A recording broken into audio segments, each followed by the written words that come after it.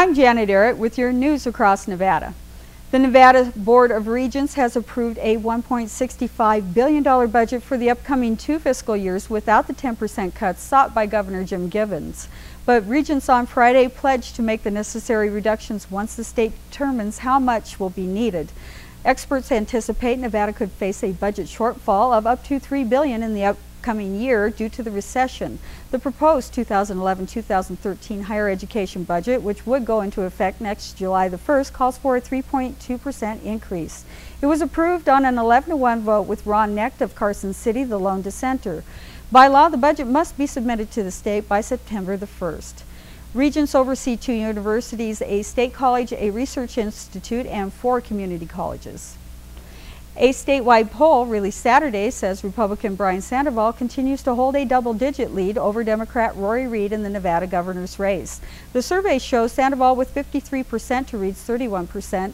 Sandoval and Reid will meet in their first debate Sunday in Las Vegas. The same poll also found 4 of 5 incumbent elected statewide office holders lead their challengers. The lone exception is Democratic State Controller Kim Wallen, who is in a statistical tie with Republican Brian Herr. The telephone survey of 625 registered voters was conducted Monday through Wednesday by Mason-Dixon Polling and Research of Washington, D.C. It has a margin of error of plus or minus 4 percentage points. Senate Democratic leader Harry Reid's support for President Barack Obama's Supreme Court nominee has cost him the endorsement of the National Rifle Association. The NRA is a force in rural states like Nevada where many voters own guns and hunt.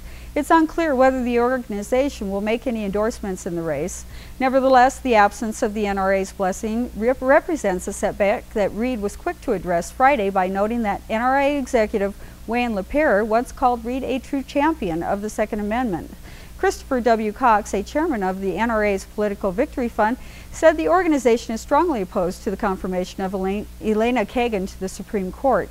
It had warned lawmakers that the NRA would weigh that vote when it came to its endorsements. An investigation is underway into a deadly police shootout in Las Vegas.